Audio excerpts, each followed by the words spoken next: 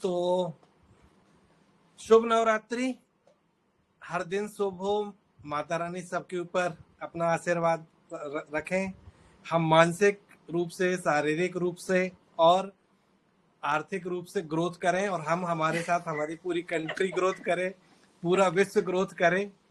और इन्हीं भावनाओं के साथ मैं सबसे पहले बुलाता हूँ डॉक्टर रिधिमा मैडम को, जो लुधियाना से हैं और छोटी बहन है मेरी।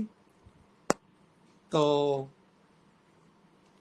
HSS ग्रुप की आज की क्लास आपके हैंड ओवर। रिधिमा दीदी, please continue.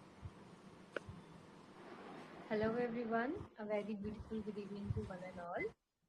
Thank you Dr. Ashok sir for giving me a chance to introduce a magnificent personality in the field of homeopathy, Dr. Neelam Mukhtar ma'am. I heartily extend my warm welcome to you to this session, to this series of Ma Tujhe Pranam. This is an annual series that is always carried out by HSH during Navratri. तो नवरात्रि जो it's a festival for Indians, जो एक symbol है of strength and womanhood, and Neelam Avatar ma'am से best और कोई नहीं हो सकता to give initiation and lighting to this series. And just in short I would like to detail to everyone that Neelam Avtar ma'am is a very experienced seasoned homeopath and a national and an international speaker, and we look forward to learn a lot from you ma'am. Once again, welcome. I hand it over to you. Thank you so much Dr. Ridhima. पहले तो मेरी तरफ से भी आप सभी को नवरात्र की बहुत बहुत शुभकामनाएं। और माता रानी जैसे डॉक्टर वाध्या ने बोला है कि उनके ऊपर हर तरह की कृपा बनाई रखी। जी बिल्कुल, एजुकेशन की, पढ़ाई की, पैसों की, सुख, खुशियां, हेल्थ, सब चीजों की माता रानी अपनी कृपा बनाई रखी। आप सभी को बहुत बहुत नवरात्र की शुभकामनाएं। आज हम एक मेडिसिन करेंगे, आज हम एक केस करेंगे। पहले सुबह मैंने केस डाला हुआ है, तो ये एक स्टर्निटी का केस है। अक्सर मेरे मन में होता है कि अगर ये नवरात्र है तो कोई खास केस जो मेरे लिए बहुत स्पेशल हो, वो मैं आप लोगों को प्रेजेंट करूं, और खास करके एक फीमेल का। तो ये एक फीमेल है जिनकी 3 साल से शादी हुई थी, और तभी से वो बेबी की ट्राई कर रहे थे। आजकल वैसे तो लोग बहुत सालों तक ट्राई नहीं करते हैं, और फिर जब ट्राई करते हैं तो कुछ और हो जाता है। तो 3 सालों तक ये इनकी शादी हुई, 3 साल हो गए थे, और 2-3 बार इनके मिसकैरेज हुए। इन्होंने साल 1.5 साल के बाद जब बेबी पैदा नहीं हो रहा था, तो ये इन्होंने एलोपैथी ट्रीटमेंट लिया। वैसे ये मेरे पास बहुत इनकी सारी फैमिली, इनके हस्बैंड, इनके इन लॉ सारे मेरे से ही मोस्टली मेडिसिन लेते हैं। तो इन्होंने साल 1.5 साल एलोपैथी में दिखाया और प्रेगनेंसी हो गई, लेकिन उनके ट्रीटमेंट के दौरान ही फिर मिसकैरेज हो गया। तो ये कहते कि हम तो एलोपैथी ले ही रहे थे, फिर भी ऐसे हो गया। और फिर दूसरी बार इन्होंने किया, दूसरी बार फिर मिसकैरेज हो गया, एक पहले हो चुका था। 2-3 बार इस तरह से इनके साथ हो गया। और मेरे पास आए, कहते जी हम तो साथ में ये ले सकते हैं, साथ में वो करते हैं। मैंने कहा जी नहीं, मुझे नहीं, ये आप एलोपैथी कंप्लीट कर लो, उसका कोर्स कंप्लीट कर लो।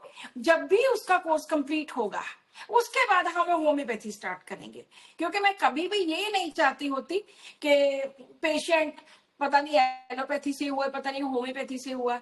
तो मैंने उनको अपना मन बना लो कि आपने होम्योपैथी लेनी है या अभी एलोपैथी ट्राई करनी है।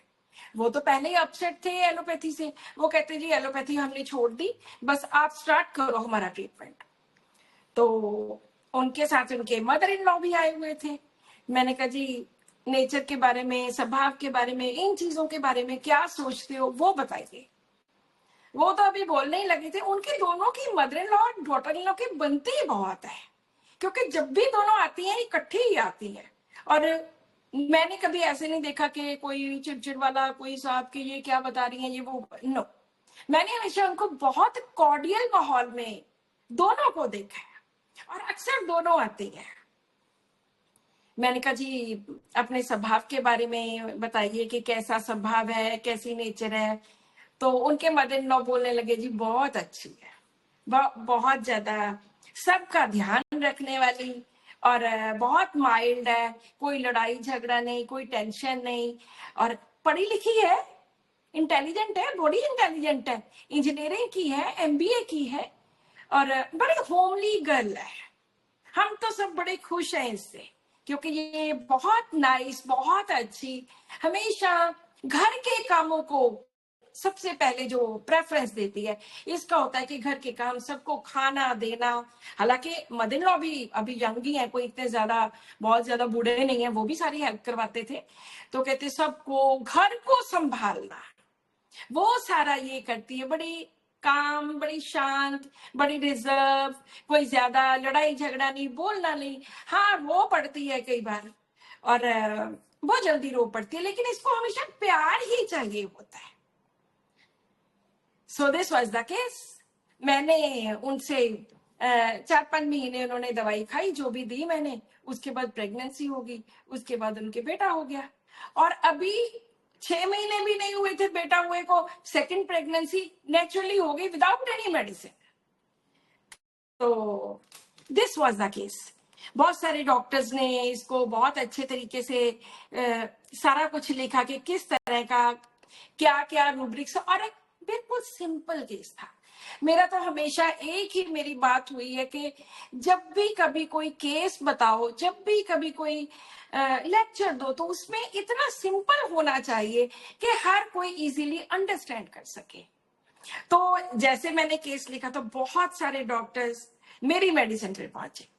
जैसे मैं हमेशा कहती हूँ, फर्स्ट रूब्रिक मैं वो लेती हूँ जो पेशेंट की बीमारी होती है। तो मैंने स्टेरिलिटी ली, और कैसी थी, माइल्ड थी, यील्डिंग थी, क्वाइट डिस्पोजिशन थी, शांत थी, रिजर्व थी, और इंटेलिजेंट, वेरी इंटेलिजेंट, और cares worries full of domestic affairs about. उनके मदर इन लॉ ने बोला कि बड़ी घरेलू लड़की है। घरेलू लड़की का मतलब कि घर के सब कामकाज करने वाली, ये नहीं है कि चलो बाहर चले, चलो अभी बाहर चले, भागते फिरना नहीं, ये नहीं है कि घरेलू लड़कियां बाहर नहीं जाती, मतलब घर के साथ ज्यादा जुड़ी हुई है। तो mildness, yielding, cares worries full of domestic affairs about, ये मेरे लिए बहुत ज्यादा इंपॉर्टेंट था। तो क्वाइट डिस्पोजिशन, शांत, काम, बिल्कुल शांत, रिजर्व, ज्यादा बातें नहीं करनी। अभी भी वो चुप ही बैठे थे सामने, और अपनी बीमारी की तो परवाह नहीं करती। दिस इज फ्रिवलस, कि अपनी बीमारी की कोई परवाह ना करनी, रोना बहुत जल्दी, वीपिंग इजीली।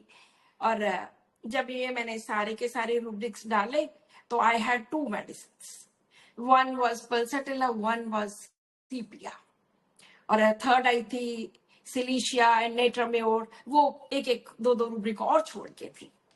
मेरे दिमाग में पहले से ही था कि she is a pulsatilla kind of girl ही थी, अभी तो 25, 26, 27 साल की थी बड़ी मुश्किल से, तो ये पल्सटिला होनी चाहिए। जब मैंने ये सब कुछ डाला, तो दोनों पल्सटिला एंड सीपिया बिल्कुल पैरेलल चल रही है। फिर मैंने उनसे कंफर्म किया कि मान लो कभी रो रही है, कभी कोई ऐसी प्रॉब्लम होगी, चलो घर में थोड़ा बहुत कुछ हो भी जाता है, तो ये कैसे मानती है? कहते कुछ नहीं जी, इसको तो प्यार चाहिए, प्यार करो, एक हग कर लो, बस ये मान जाती है। So this was consolation and moderate. ये मैंने उनसे कंफर्म करने के लिए बाद में पूछा, तो मेरी मेडिसिन क्लियर थी। पल्सटिला एंड सीपिया से वो यहां से डिफर कर जाती है। अदरवाइज भी अगर हम 2 मेडिसिन को, पल्सटिला एंड सीपिया को देखते, चाहे इन सारे सिम्टम्स में दोनों पैरेलल है, जो पल्साटिला है वो सीपिया से बहुत डिफरेंट है। सीपिया पुअर में आती है, डिलीवियन पुअर शीज, कि मेरे पास तो कुछ है ही नहीं है, ना मेरे पास पैसा है, ना मेरे पास इमोशंस, घर की इमोशनलेस है, ना फाइनेंशियली, ना मेंटली, घर की तरफ से, बच्चों की तरफ से, सबकी तरफ से टूटी हुई की। लेकिन पल्साटिला ऐसा नहीं होता। वो, हालांकि उसके भी कई रूप, अलग अलग तरह के रूप देखने को मिलते हैं, लेकिन वो बहुत ही सुलझी हुई होती है। वो बहुत ज्यादा माइल्ड यील्डिंग के साथ साथ बहुत सुलझी हुई। हालांकि नेगेटिव कैरेक्टर्स हर मेडिसिन में होते हैं, पल्साटिला में भी है, वो हम अभी करेंगे। तो जो नेक्स्ट मेडिसिन आती है सिलीशिया, वो केयर्स एंड वरीज में सिर्फ 3 मेडिसिन है। वन इज बेराइटा का, second is puls and third is sepia. यही मेरे लिए सबसे ज्यादा इंपॉर्टेंट था। तो मैंने सीपीए को अलग कर दिया कि no, she is not CPA kind of person. बहुत सुंदर, बहुत अच्छी, बहुत सलीके वाली, बहुत ढंग से बात करने वाली। तो मैंने कहा कि जो मॉम ने बोला आपके मदर इन लॉ ने, वो ठीक है सब कुछ? तो हाँ जी, मतलब खुद तो नहीं बोली, हालांकि हम उन बातों को ज्यादा प्रेफरेंस नहीं देते कि अगर किसी और ने, किसी अटेंडेंट ने बोला हो, लेकिन क्योंकि मैं उनको जानती थी और जो बातें वो बोल रहे थे वो पहले भी उनके बारे में मुझे पता था, क्योंकि पहले भी वो कई बार दवाई हुई और चीजों की स्नीजिंग वगैरह की लेकर जाते रहे। तो मैंने उनको पल्साटिला 30 दी, महीने के बाद पल्साटिला 201 डोज दी, उसके बाद पल्साटिला 1 डोज दी, और 2 टाइम्स 1 की 1 डोज दी, और 5th मंथ में उनकी प्रेगनेंसी पॉजिटिव हो गई और बहुत अच्छा सब कुछ बिल्कुल नॉर्मल फर्स्ट क्लास तरीके से, कोई भी ऐसी प्रॉब्लम नहीं हुई। और उसके बाद फिर उनके बेबी हुआ, बेटा हुआ, साथ के साथ दूसरी प्रेगनेंसी भी हो गई, फिर बेटा हुआ, तो उनकी फैमिली बिल्कुल ऐसी कंप्लीट हो गई। तो अभी हम बात करते हैं कि पल्साटिला किस तरह का होता है। हालांकि आपने सैकड़ों बार इसको इस्तेमाल किया होगा, लेकिन बहुत सारे ऐसे कैरेक्टर्स हैं जो हम पल्साटिला के बारे में नहीं जानते, या जानते भी हैं तो सोचते नहीं है कि ये भी हो सकता है। पल्साटिला का गुस्सा, उसकी एंजाइटी, उसके फियर्स, उसके और कैरेक्टर्स, सो उसकी हम बात करेंगे। पहला जो उसका कैरेक्टर है, प्यार का है। बहुत ज्यादा प्यार करने वाला, बहुत अफेक्शनेट, और चाहता है दूसरे को हग करना, किस करना, और चाहता है कि मेरे साथ भी लोग इसी तरह प्यार करें। ये इसका बहुत ज्यादा बड़ा कैरेक्टर है, बहुत ज्यादा माइल्ड यील्डिंग। जैसे किसी ने बोल लिया वैसे ही मान लिया। मदर इन लॉ ने बोला कि चलो आज ये सब्जी बनाते हैं, तो उन्होंने कहा ठीक है जी ये कर लेते हैं। अपनी बात ज्यादा वो नहीं करनी कि नहीं नहीं आज तो हम ये खाएंगे, आज तो हम वो, नो। जो किसी ने बोल दिया, बच्चे भी ऐसे ही होते हैं, जैसे किसी ने बोल दिया हाँ जी करके मान जाना। और अगर हम इनके एंगर की बात करते हैं, एंगर में बहुत ज्यादा रूब्रिक्स नहीं है, लेकिन इसका एंगर एक बहुत खास किस्म का होता है। इसको एंगर सडन आता है, झट से आता है, 1 मिनट में आता है। हम अभी पल्साटिला के जनरल रूब्रिक्स की बात कर रहे हैं। तो सडन आता है, सडन ही खत्म हो जाता है। Anger sudden, ceasing suddenly and.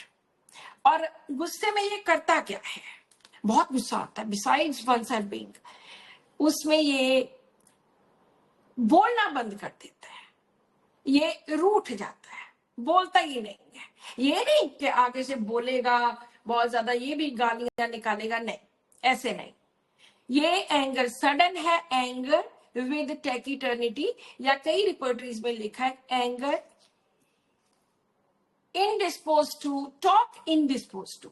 सिर्फ 10 मेडिसिन है इस रूब्रिक में। पल्साटिला है, नेट्रम्योर। तो ये पेशेंट जब इसको गुस्सा चढ़ता है तो सडन एंगर सडन होता है, साथ के साथ सडनली उतर जाता है।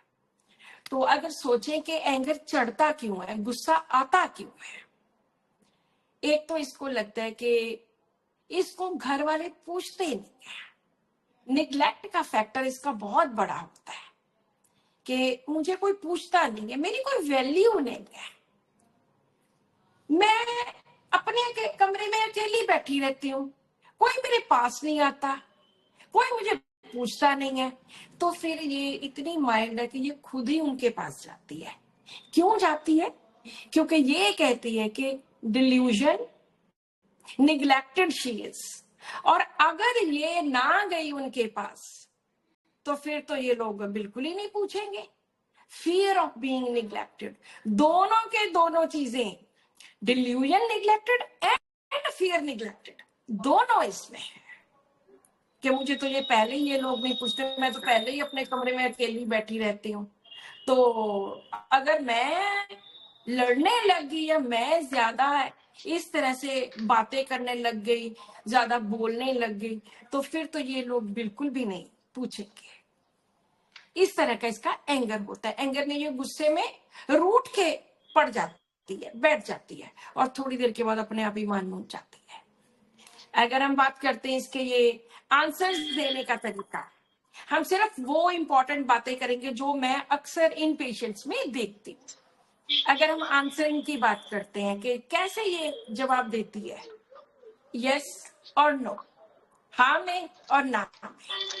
जैसे यहाँ पे वो लेडी आई थी, हालांकि मैंने वो कंसिडर नहीं किया, लेकिन यहाँ पे वो लड़की आई थी जिसका आज हमने केस किया। तो यहाँ पे भी वो हाँ जी हाँ इस तरह से पल्सटिल आंसर देता है, हाँ ना, हाँ ना, या नॉडिंग, बस सिर हिला के बात करनी है। और आंसर्स मोनोसाइलेबल्स इन यस और नो, या तो यस बोलेगी या तो नो बोलेगी, इस तरह से। और एंजाइटी, अदरवाइज तो बहुत सारे 5-5, 7-7 हजार रूब्रिक्स हैं। अगर एंजाइटी की बात करते हैं तो इसमें anxiety house hold matters about बहुत ज्यादा होती है। सुबह उठते सारे इसको एंजाइटी हाउस होल्ड मैटर्स, जो इस पेशेंट में भी एंजाइटी तो नहीं, लेकिन उन्होंने बोला कि घरेलू लड़की है। घरेलू लड़की वो होती है जो घर के सारे कामकाज करती है, सबके साथ सबकी केयर करती है, सबके साथ बना के रखती है।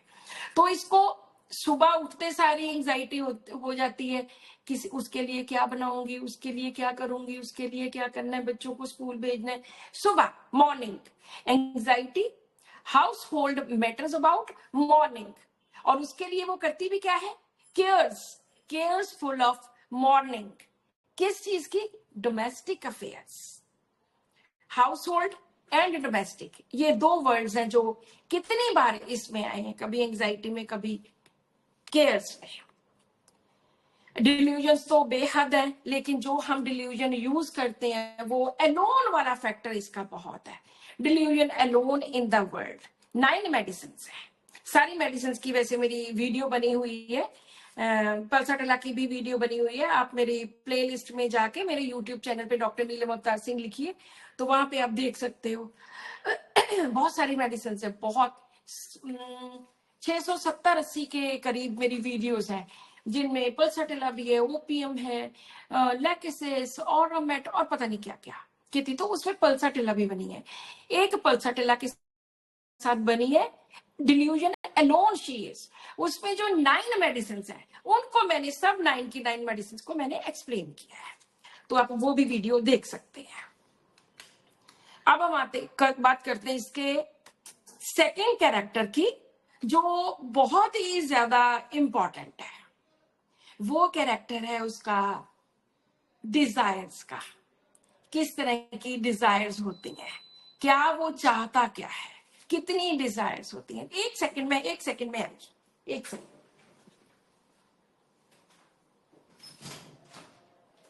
हेलो,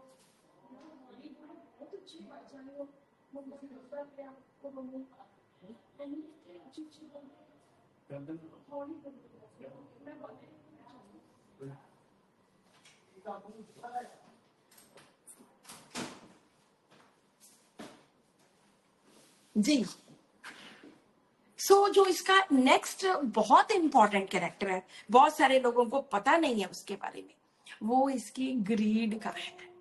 कितनी ग्रीडी होती है, कितनी लालची होती है। उस लालच की वजह से एवरेज है, कंजूस है, बार्गेनिंग है। बार्गेनिंग होता है सौदेबाजी करनी, कोई भी चीज लेनी तो मोल भाव बना के लेनी।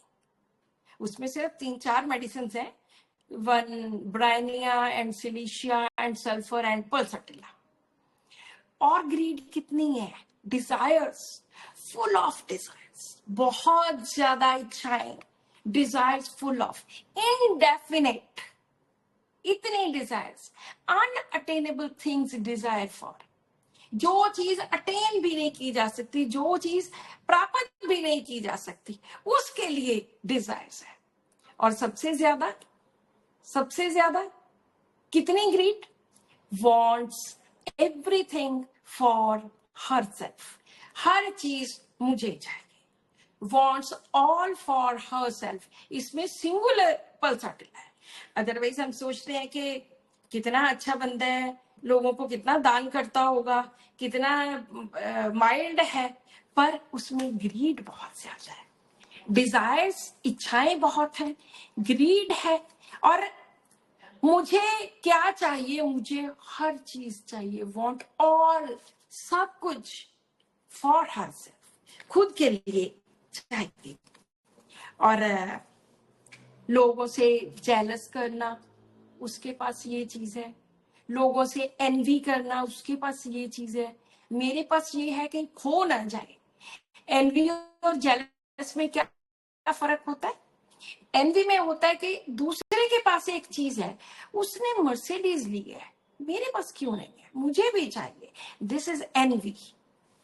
मेरी माँ मुझे बहुत प्यार करती है, कहीं ये मेरा प्यार मेरा छोटा भाई या मेरी छोटी बहन ना छीन ले, वो जेलसी होता है, उससे जेलस करना कि जो मेरे हिस्से का प्यार है वो मुझे मिलना चाहिए, दूसरे को नहीं मिलना चाहिए।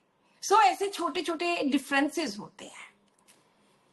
Flattery, gives everything when flattered, जब उसकी चापलूसी करो, उसके लिए वो सब कुछ बंदे को दे देता है कि तुम ले लो, ये ले लो, वो ले लो, कुछ भी उसकी चापलूसी करनी, बस वो इसी तरह का होता है कि हमेशा अपने लिए चाहना, हमेशा अपने लिए। आर्सेनिक भी ऐसा होता है, वो भी बहुत ग्रीडी एंड एवराइज होता है। लेकिन वो क्यों ऐसा होता है आर्सेनिक?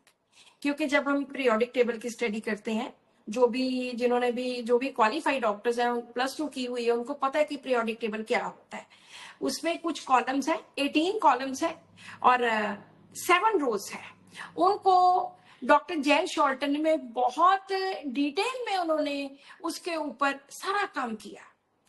तो जो सेंटर है उस पीरियोडिक टेबल का, जैसे 18 वहां पे कॉलम्स है, जो 9 वाला सेंटर है वो उन लोगों का है जो जिंदगी की बहुत ऊंचाइयों तक पहुंचे, जैसे ऑरम, जैसे प्लैटिना, इस तरह के वो सेंटर में जो मेटल्स हैं वो है।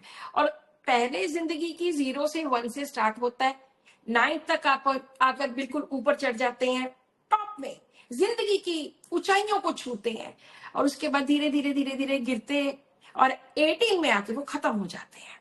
तो जो आर्सेनिक है वो 14th 15th कॉलम में है, तब उसको लगने लग जाता है कि अब मेरी जिंदगी ज्यादा नहीं है, अब मुझे लगता है कि अब मैं जाने वाला हूं। इसीलिए 2 तरह के उसमें रूब्रिक्स पाए जाते हैं। एक तो carry desire to be fast, कि बस अभी मैं ठीक हो जाऊं। Rest can not until things are in proper order, कि जब तक सब कुछ, मेरी बीमारी, मेरा घर, मेरे बच्चे, मेरा सब कुछ ठीक नहीं हो जाता, तब तक वो चैन से नहीं बैठता और खर्चा बिल्कुल नहीं करेगा। दूसरी स्टेज उसकी आती है जब वो बहुत ज्यादा उसके मन में होता है कि अब तो मुझे कुछ बचा लेना चाहिए, अब मुझे, उसमें ग्रीड आ जाती है, पल्सटिला जैसे। कितनी ग्रीड है? Yeats more than is required, drinks more than is good for health, exercise more than is required, walk more than is needed, ये 4 रूब्रिक्स हैं, ईट, ड्रिंक, एक्सरसाइज, वॉक। उसको भी बहुत कुछ चाहिए, लेकिन उसको इसलिए चाहिए क्योंकि उसको लगता है कि अब तो मैं जाने वाला। और दूसरी जो स्टेज आती है वो इसी तरह की होती है कि एक में can desire to be fast होता है और दूसरे में उसको लगता है कि it's useless to take medicine, कि दवाई लेने की जरूरत नहीं है, अब तो छोड़ो, अब मैं ठीक होने वाला नहीं हूँ। और उसी तरह से वो वीक होता शुरू हो जाता है। सो पल्साटिला में भी उसी तरह की ग्रीड होती है। ब्रायनिया की जो ग्रीड होती है वो उसके बिजनेस के साथ, काम के साथ और पॉवर्टी के साथ रिलेटेड होती है कि अगर मैंने काम ना किया, अगर मैंने अपने बिजनेस को अच्छी तरह से ना संभाला, तो फिर तो मैं पॉवर्टी में चला जाऊंगा, भूखा मर जाऊंगा, मेरा परिवार भूखा मर जाएगा। ये बहुत छोटे छोटे डिफरेंसेस हैं, छोटे छोटे बड़े कॉमन से डिफरेंसेस हैं जो आपको अगर एक बार याद हो गए, ये भूलने वाले भी नहीं है। सो पल्साटिलो को हमेशा, अब बात करते हैं इसके रोने की।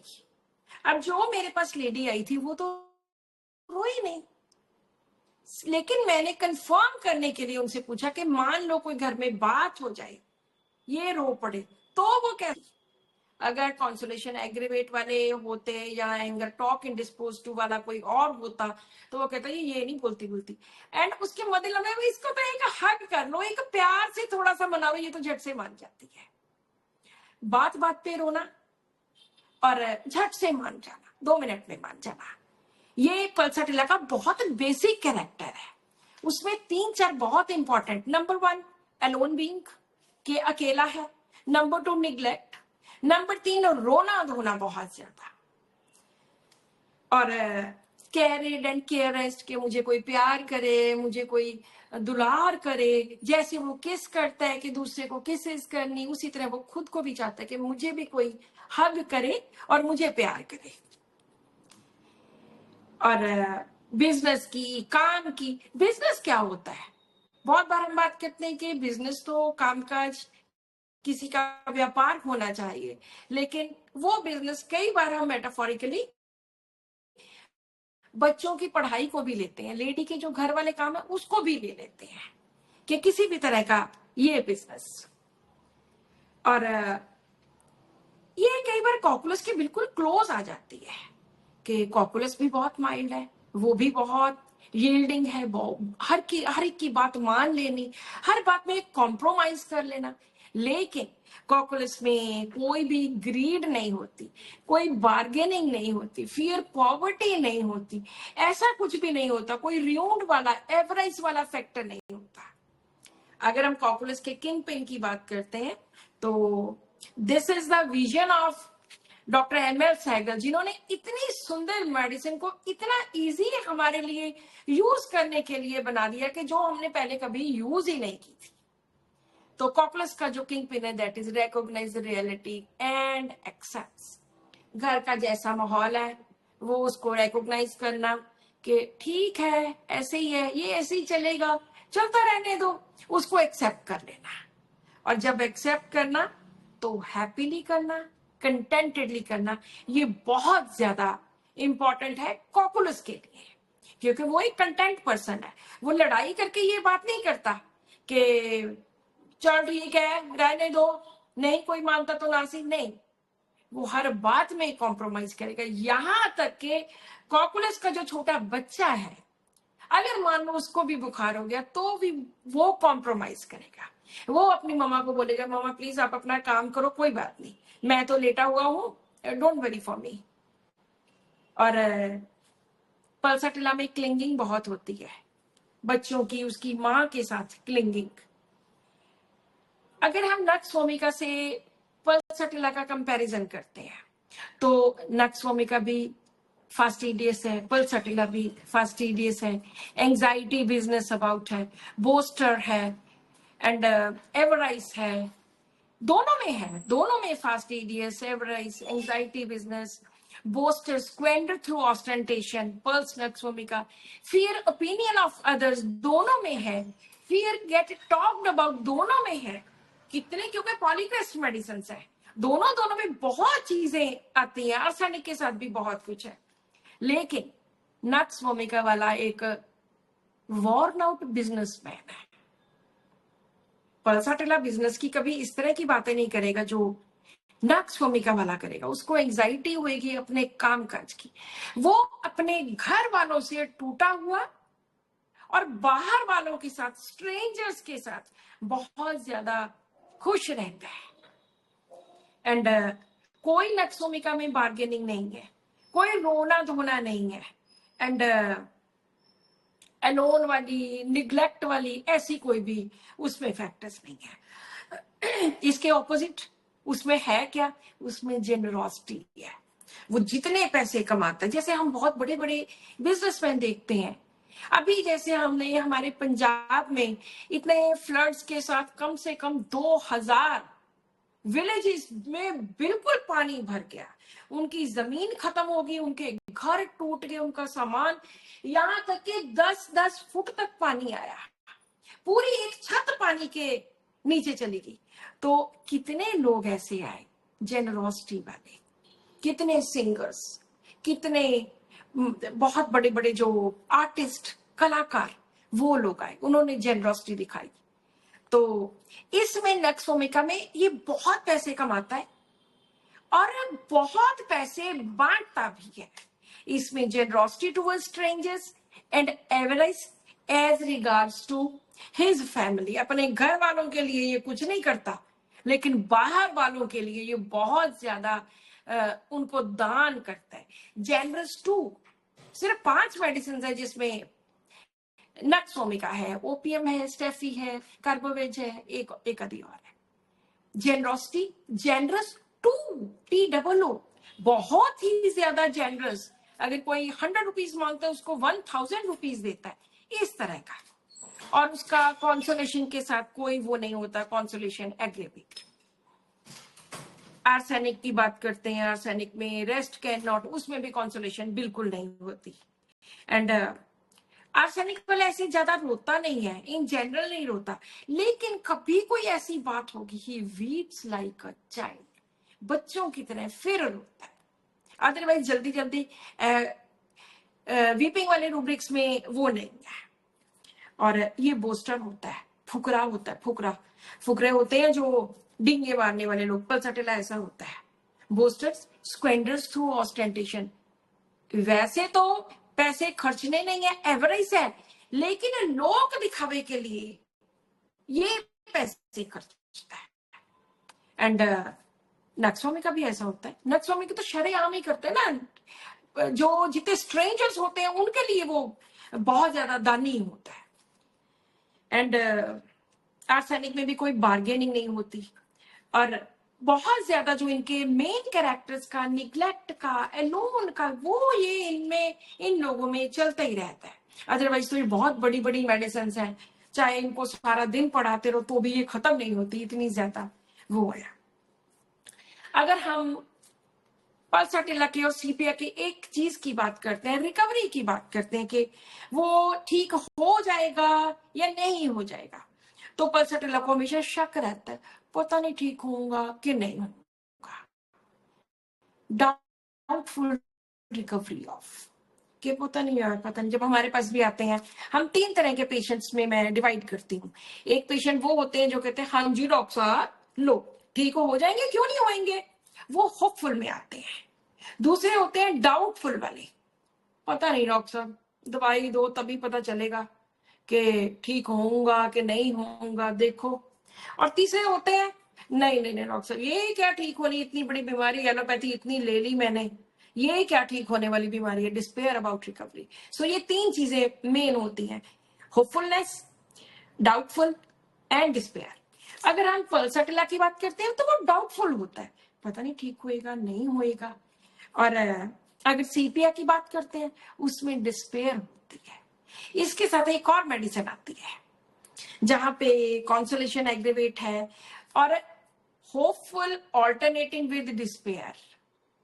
होपफुल साथ में उम्मीद कि मैं ठीक हो जाऊंगा, दूसरे अब ये लगता नहीं है ठीक, कब ये स्टेट आती है? क्योंकि ऑल्टरनेट करती है, डिस्करेज्ड ऑल्टरनेटिंग विद होप। जब पेशेंट को दवाई दी, उसको 10, 20, 30% फर्क पड़ गया, उसको लगता है अब तो मैं ठीक हो जाऊंगा, एक हफ्ते में मैं 20, 30% ठीक हूँ क्या, अब तो मैं पक्का ही ठीक हो जाऊंगा। और अगले हफ्ते दवाई दी, उसको लगता है यार ये तो फिर से वही हो गया, आज तो मुझे इतनी स्नीजिंग हुई, आज तो मेरा फिर से वही वही सारा कुछ, इतना सारा। तो ये 2 स्टेट्स में जो पेशेंट रहते हैं वो काली कार्ब रहती है, और साथ में एकोलाइट में भी है कि दोनों स्टेट्स ऑल्टरनेट करती हैं कि ठीक हो जाऊंगा, नहीं हो जाऊंगा, हो जाऊंगा, थोड़ा फर्क पड़ता है, हो जाऊंगा, थोड़ा नहीं फर्क पड़ता तो कहता लो। अब बात करते हैं लास्ट लेग ऑफ पल्साटिला। ये एक प्लांट मेडिसिन है, बहुत सेंसिटिव है, बहुत ज्यादा सेंसिटिव। किसी की बात किसी ने बोल दी तो वो चुभ जानी, और जिधर को ये इतना हल्का प्लांट है, जिधर को हवा का झोंका आया उधर को ये चला गया, उस वही माइल्ड एंड यील्डिंग है।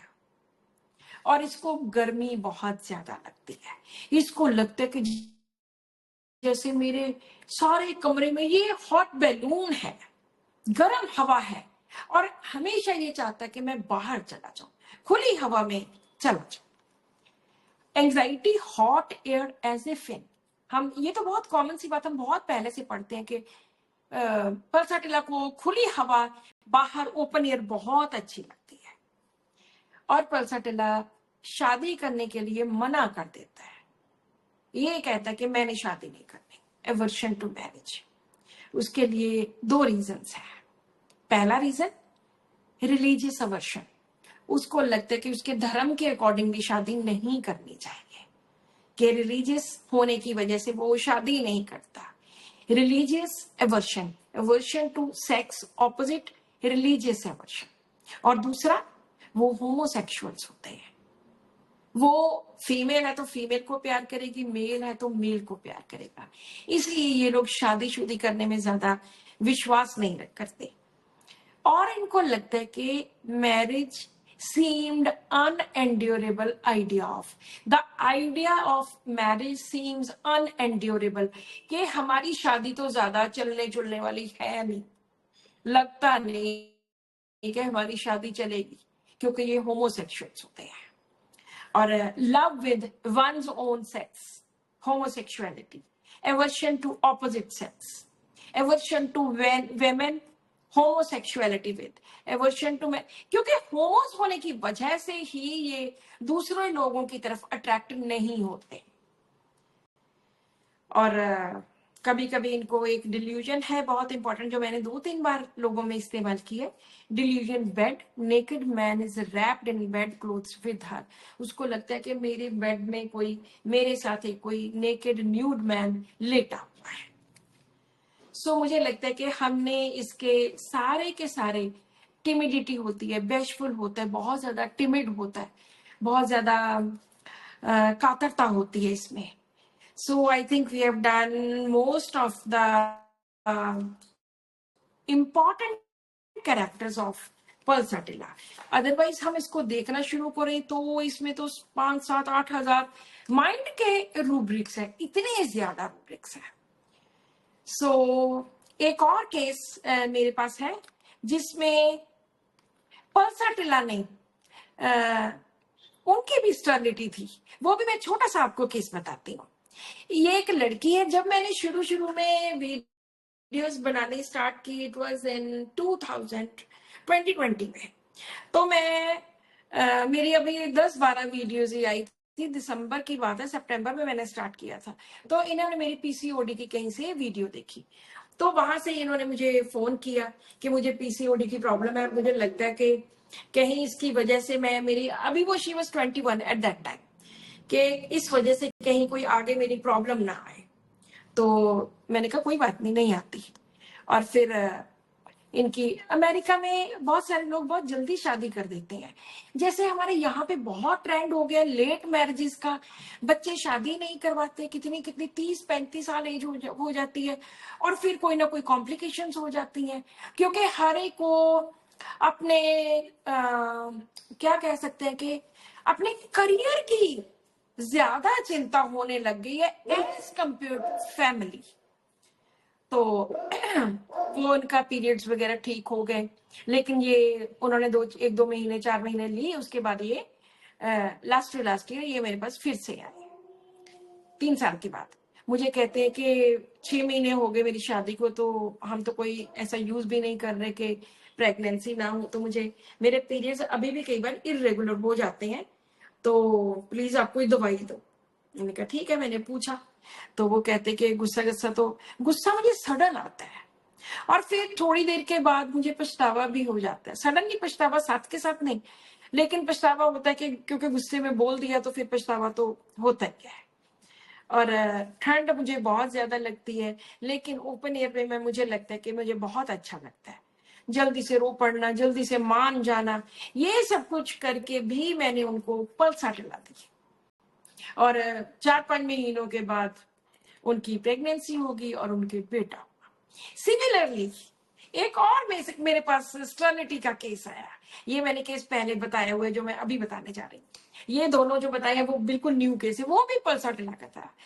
बहुत साल पहले की बात है, अबाउट 10 ईयर्स लगा लो। 10 साल पहले एक लड़की आती है मेरे पास, मैरिड गर्ल। उन्होंने 3-4 बार IVF भी करवाए थे। तो वो कहते कि डॉक्टर साहब मुझे पिंपल्स की दवाई। तो ये मेरी शक्ल पे देखो क्या मेरा हाल हो रखा है, इतने एक्ने हुए पड़े हैं। तो मैंने उनसे कितना कुछ पूछा, उसके अकॉर्डिंगली उनकी पल्साटिला निकली। तो उन्होंने बोला कि कितने IVF कराए, प्रेगनेंसी तो हुई नहीं, तो अभी आप प्लीज इसकी। तो मैंने कहा कि ये भी हार्मोन्स की वजह से होते हैं, जब हार्मोन्स अपसेट हो जाते हैं, पीरियड्स इरेगुलर हो जाते हैं, तो ये रीजन होता है। उन्होंने पहले महीने ही उनके एक्ने काफी ठीक हो गए, दूसरे महीने से उनके पीरियड्स रेगुलर हो गए और 6 महीनों में शी बिकेम प्रेग्नेंट, जिसकी उन्होंने दवाई भी नहीं ली थी। उन्होंने मुझे बोला कि ऐसे कैसे हुआ।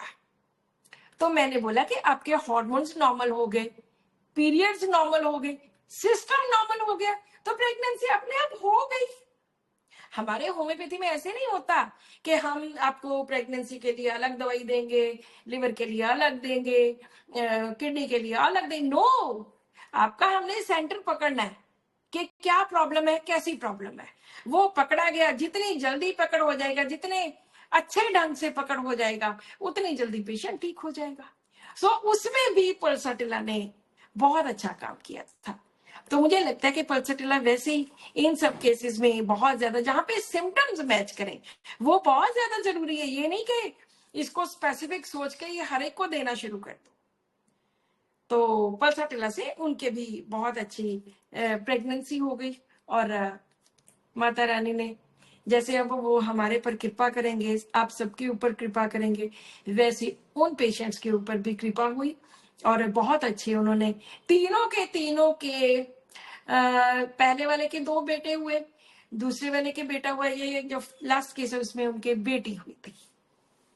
सो आई थिंक हमने पल्साटिला के आज बहुत सारे रूप देखे, शायद उनमें से कुछ रूप आपको नहीं पता होंगे।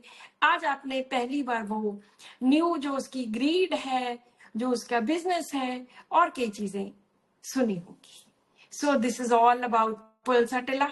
हालांकि ऐसे तो बहुत बड़ी है और भी पढ़ सकते हैं, पर आज के लिए इतना है।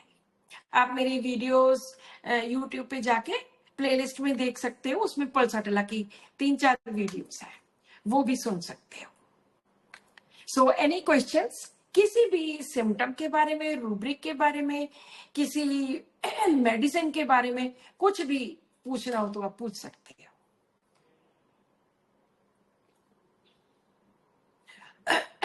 एनीवन, आप अनम्यूट कीजिए और कोई भी आप क्वेश्चन पूछिए। अगर जो भी आपके मन में कोई भी क्वेरी है, कोई दिमाग में आ रहा है, वो आप पूछ सकते हैं।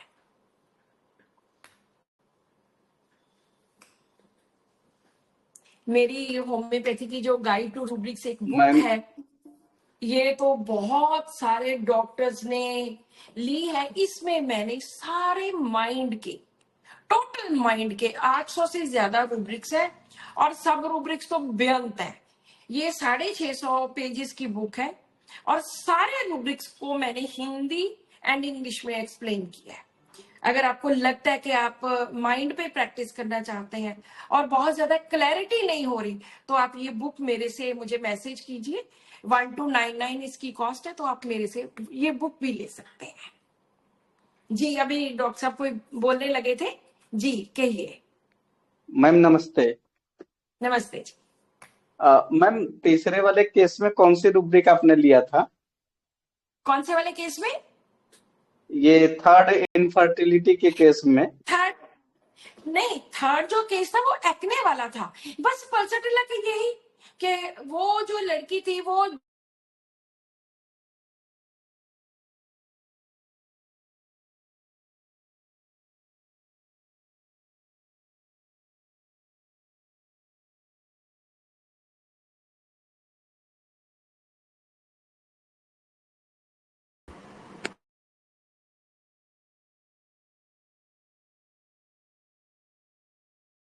सिग्नल शायद चला गया क्या?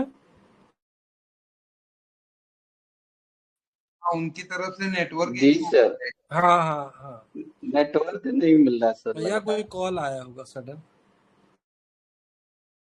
थोड़ा सा इंतजार कर लेते हैं।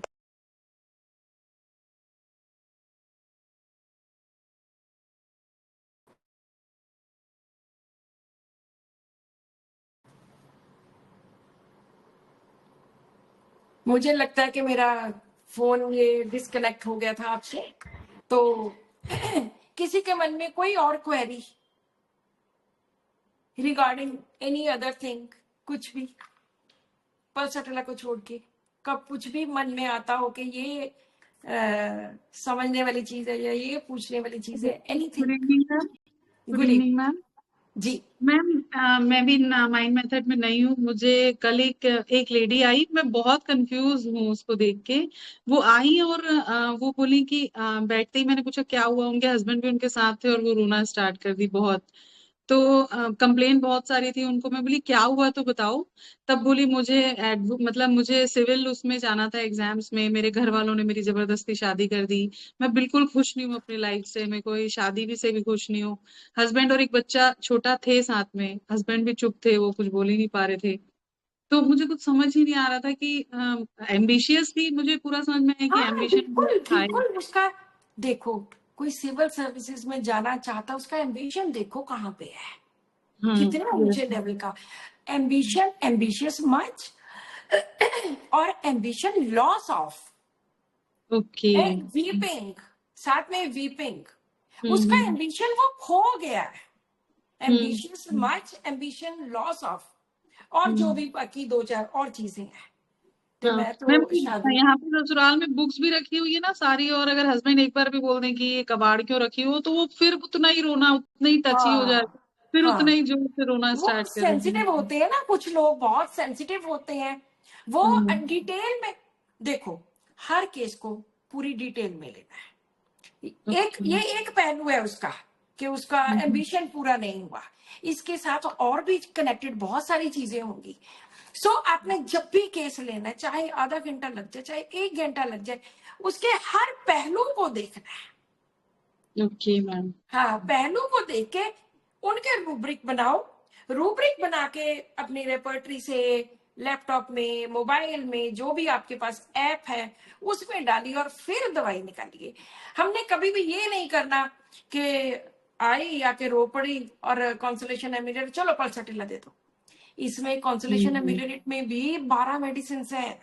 Yes ma'am. अगर अगर पल्सटिला रोएगा, अलग रीजन के लिए रोएगा। सीपीआर रोएगा, अलग रीजन के लिए। इग्नेशिया, नेट्रमेर, हर एक के अलग रीजन है। लेकिन ये जो आपने केस बोला कि उसका एम्बिशन लॉस हो गया, ये उसके लिए बहुत बड़ा कारण है। और जो चीज जो सबसे बेसिक और जो उसका सेंटर लगे आपको, वो चीज छोड़नी नहीं है।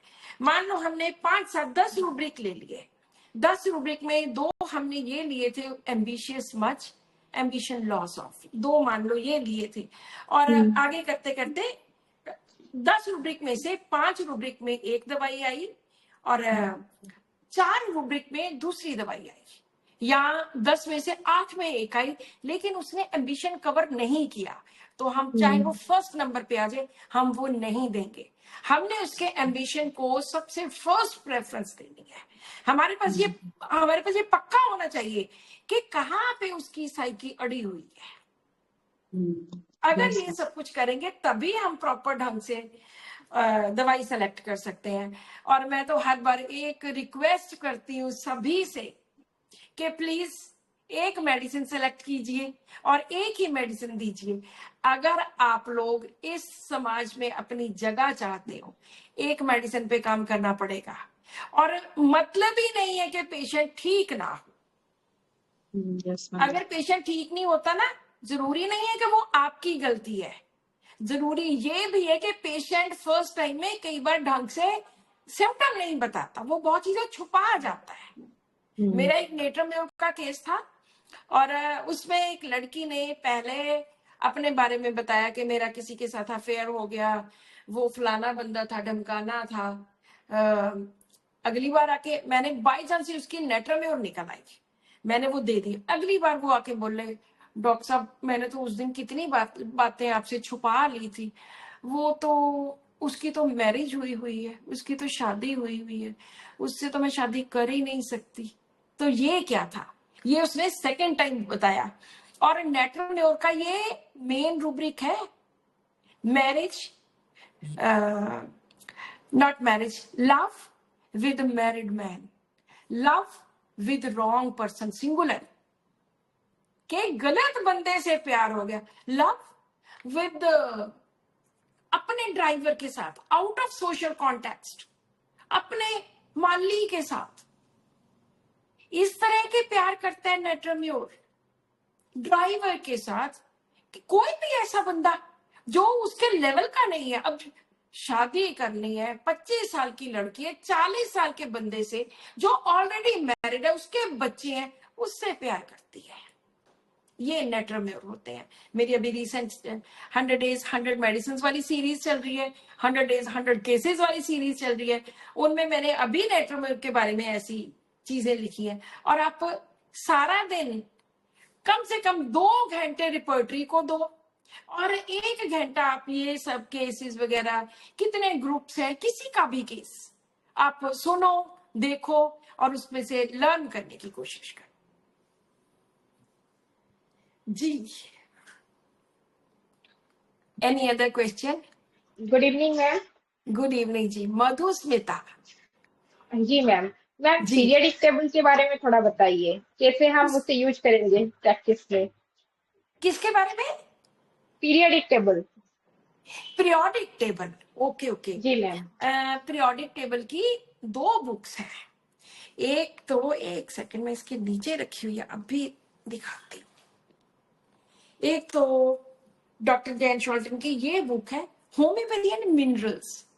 इतनी सुंदर बुक है, पता नहीं कहाँ से मिलती है हमें। तो वो डॉक्टर जैन शॉल्टन का हमने एक सेमिनार करवाया था इन 98 पटियाला में, यहाँ पर। तो वो हमें ये दोनों बुक्स अपनी दे के गए थे। उन्होंने क्या किया कि पूरा पीरियोडिक टेबल, जिनको इसके बारे में पता है वो तो इजीली अंडरस्टैंड कर जाएंगे, वो फर्स्ट कॉलम से लेके 18th कॉलम तक, यहाँ पे वो लोग होते हैं जो बेसिक से कैरेक्टर्स वाले होते हैं। यहाँ पे जिंदगी की 1 पे बिगनिंग स्टार्ट होती है, हाइड्रोजन है, हीलियम है। फर्स्ट रो 8 रोज है। पहली रो सिंपल, बहुत सिंपल पर्सन, उसके बाद थोड़ी उसमें डेवलपमेंट होती जब 9th 7th 8th 9th 10th में आता है तो वहां पे बहुत ज्यादा डेवलपमेंट हो जाती है। वो लोग आ जाते हैं जो जिंदगी में बहुत ज्यादा सक्सेसफुल होते हैं। उसके बाद फिर से गिरावट शुरू होती है। ये उन्होंने पूरे पीरियोडिक टेबल को बंदे की जिंदगी के हिसाब से समझाया। पहले तो कॉलम्स फर्स्ट से लेके 18 तक, फिर सीरीज, ऊपर से जो रोज है उनको उन्होंने सीरीज का नाम दिया है। पहले कुछ और है, फिर फेरम है, फिर सिल्वर सीरीज है, फिर गोल्ड सीरीज है, फिर यूरेनियम सीरीज है। जैसे जैसे नीचे आते जाते वैसे वैसे थोड़े हैवी मेटल्स आ जाते हैं। तो उन्होंने इस तरह से, उनकी ये 2 बुक्स है, होम्योपैथी एंड मिनरल्स, ये बुक तो हम बहुत इस्तेमाल करते हैं। उन्होंने क्या क्या एक्सप्लेन किया है, हर एलिमेंट के कैरेक्टरिस्टिक्स, जैसे फास्फोरस है, मैंने बहुत बार केसेस में बताया है, फास्फोरस कम्युनिकेशन के लिए जाना जाता है। फास्फोरस किस तरह का होता है कि मान लो वो एक बच्चा भी है, उसने भी जो उसके साथ दूसरा बच्चा, उससे बात कर लेनी है, और इतना ज्यादा कम्युनिकेशन, पढ़ाई लिखाई, इनक्विजिटिव एंड ट्रैवल, घूमना फिरना, ये सब कुछ फास्फोरस को बहुत पसंद है। अमोनिया है, अमोनिया उसकी बड़ी पंजेंट स्मेल होती है। जिन लोगों ने लेबोरेटरीज में काम किया उनको पता है कि अमोनिया की बहुत ज्यादा पंजेंट स्मेल होती है। उसी तरह के अमोनिया के पेशेंट होते हैं, रिपेल करते हैं, टोटल ग्रज, रिजेंटमेंट। मैंने इस बुक में भी इसके बारे में लिखा है। तो resentment to father, father carb denote करता है, ammonium carb, resentment to father. कितनी resentment, my father is shit, इतनी ज्यादा रिजेंटमेंट। एक मेरे पास लड़की आई बहुत साल पहले, तो वो जब उसके facial hair and PCOD and ये सारा कुछ पीरियड्स इरेगुलर थे, तो मैं उनके बारे में वैसे भी कुछ जानती थी पहले, तो मैंने उनसे पूछा कि अपने बारे में बताइए, लाइफ के बारे में। तो वो अपने फादर को इतनी गालियां उसने निकाली, मेरा बाप हमें पैसे नहीं देता, हमें खर्चे के लिए कुछ नहीं देता, इतना घटिया इंसान, पता नहीं क्या कुछ बोला। मैंने अमोनियम कार्ब उसको रिजेंटमेंट टुवर्ड्स फादर करके दी, 15 दिन में उसके सारे फेशियल हेयर वो खत्म हो गए। आज भी वो मेरे पास आती है, कोई फेशियल हेयर दोबारा नहीं हुए, पीरियड्स रेगुलर हो गए, बच्चे नॉर्मल हुए, सब कुछ ठीक हुआ। और उन्होंने इतने अच्छे अच्छे थीम्स दिए हैं, अमोनियम म्योर, मदर से resentment, ammonium phos, brothers and sisters से रिजेंटमेंट, अमोनियम सेल्फ, अपने हस्बैंड से, पार्टनर से रिजेंटमेंट। सो इस तरह से इन्होंने ये सीरीज एंड ये कॉलम्स को बहुत अच्छे ढंग से एक्सप्लेन किए। मैग्नीशियम ग्रुप है, कैल्शियम है, एसिड्स हैं, एसिड्स में बहुत यूज करती हूँ। इन्होंने बोला है, इन्होंने लिखा हुआ है कि एसिड्स हम कब हमारे पास आते हैं। एसिड्स की पहली स्टेज होती है, दे आर वेरी एक्टिव। जो भी बंदा है, पेशेंट है, बहुत एक्टिव, भाग भाग के काम करता है, भाग भाग के सब कुछ करता है। लेकिन उसकी दूसरी स्टेज आती है, बिल्कुल वो फैटीग में चला जाता है, एग्जॉशन में चला जाता है, बिल्कुल खत्म हो जाता है, फिर वो स्टेज में आपके पास आता है। तो ऐसे ही एक बार मेरे एक पेशेंट आए थे, उनको क्रॉनिक फैटीग सिंड्रोम था कि वो चाह के भी कुछ नहीं कर सकते थे। पहले वो इतना, ये मैं जरूरी पूछती हूँ उन लोगों से कि आप पहले कैसा काम करते थे, तो वो बोलते कि डॉक्टर साहब पहले तो ना कोई सुबह का पता था ना रात का पता था, भाग भाग के बड़ा काम करते थे, लेकिन अब तो मैं 1 महीने से बेड पे पड़ा हूं, मैं तो कुछ कर ही नहीं सकता। तो मुझे ऐसे ही एक पेशेंट का फोन आया, उन्होंने बोला कि उन्होंने मेरे अपने नोन डॉक्टर्स के 5-6 डॉक्टर्स के नाम लिए कि मैंने फलाने से भी दवाई ले ली, उनसे भी ले ली, उनसे भी। मैंने कहा ये तो बड़ा काम खराब है, क्या दूं उनको दवाई, तो फिर वही निकलनी है, उनके सारे सिम्टम्स किए। फिर मैं पढ़ती पढ़ती जब जो 15th मेडिसिन देखी, दैट वाज एसिड फॉस। मेरे एकदम दिमाग में आया कि फॉस, एसिड फॉस हो सकती है। हालांकि बहुत दवाइयों ने, फर्स्ट 15 मेडिसिन, 14 मेडिसिन और भी थी। मैंने कहा नहीं, ये एसिड है। अब कौन सा एसिड है ये मैं देखती हूँ। एसिड फॉस आया, मैंने हम लोगों के पास सैगल्स की, doctor Sanjay and doctor Yogesh Sahgal की एक बुक है, परफेक्ट मटीरियल मेडिका, बहुत शुरू में हमने 20-25 साल पहले ली थी। तो जब भी मुझे कोई प्रॉब्लम होती है मैं वो बुक पढ़ती हूँ। मैंने एसिड फॉस निकाली उनकी, जैसे जैसे पढ़ा, एक एक रूब्रिक उस पेशेंट का, एक एक वर्ड उस पेशेंट का, और मैंने कहा बात बन गई। अगले दिन मेरी क्लास थी यहाँ पे, मैंने अपने डॉक्टर्स को बोला, 10-12 डॉक्टर्स आते थे, तो मैंने उनको बोला कि ये दवाई निकालो। तो कोई नहीं पहुंच सका एसिड फॉस पे, क्योंकि रूब्रिक सेलेक्ट करते उसमें तो निकली नहीं। मैंने उनको बोला इनकी मेडिसिन है एसिड फॉस, और मुझे 100 नहीं, 200 नहीं, 500% पता है कि ये पेशेंट मेरी पहली डोज से ये ठीक हो जाएंगे। मैंने उनको 2 डोज एसिड फॉस्फेटी की, 2 200 की, 2 1 ml की दे दी, और मैंने बोला उनको कि 1 डोज ले लो और मुझे 3 दिन के बाद बताइएगा कि कैसे है। तो उन्होंने 3 दिन के बाद मुझे फोन किया, डॉक्टर साहब मैं तो 30-40%, मुझे तो बहुत फर्क है। मैंने तो हर काम के लिए मेड्स लगा रखी थी, बर्तन कोई धोती थी, कपड़े कोई धोती थी, बच्चों को कोई खाना बनाती थी, कितनी रखी थी। तो मैंने तो अभी एक मेड को निकाल दिया है कि मुझे लगता है कि मैं थोड़ा उठने लगी। मैंने कहा दूसरी डोज ले लो, दूसरी भी 30 में ही थी, दूसरी ली। उसके बाद उन्होंने, मैंने कहा 15 दिन के बाद बताइएगा। 15 दिन के बाद कहते डॉक्टर साहब मैं तो 70% ठीक हो गई। मैंने सब मेड्स निकाल दी, मैंने दोबारा से काम शुरू कर दिया।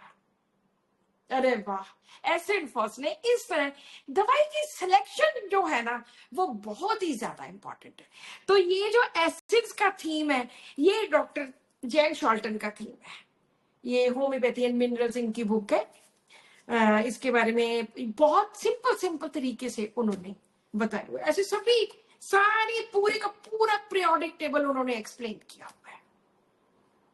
सो इस तरह से जैन शॉल्टन का। जी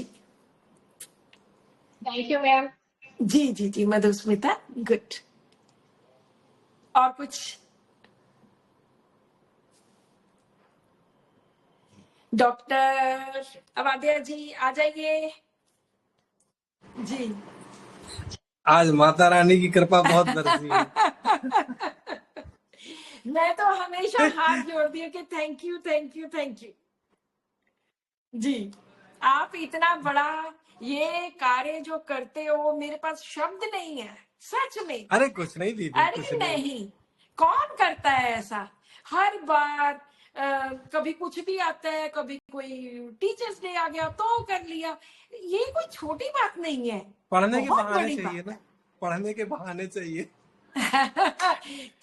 ये भी किसी में होते हैं, जी, हर एक में नहीं होते। आप इतने लोगों को अपने साथ जोड़ते हो, सो हैट्स ऑफ अपने टू यू। कारण नए लोग माइंड मेथड सीख जाएं, या होम्योपैथी में बिल्कुल जो भटक रहे डेफिनेटली हैं वो जी। होम्योपैथी करने लग जाए तो उससे अच्छा क्या है। अरे बिल्कुल डेफिनेटली जी। थैंक यू दीदी, थैंक यू, बहुत अच्छी क्लास रही आज की। Thank you all members. कल फिर हमारे साथ हमारी माँ तुझे प्रणाम सीरीज का अगला केस होगा, तो अलर्ट रहिए। जी कोई कुछ कह रहे हैं? नहीं थैंक वैसे यू हो गया। Sir, thank you ma'am, thank you gratitude दीदी, everyone, thank you members, thank you दीदी। Thank you everyone. या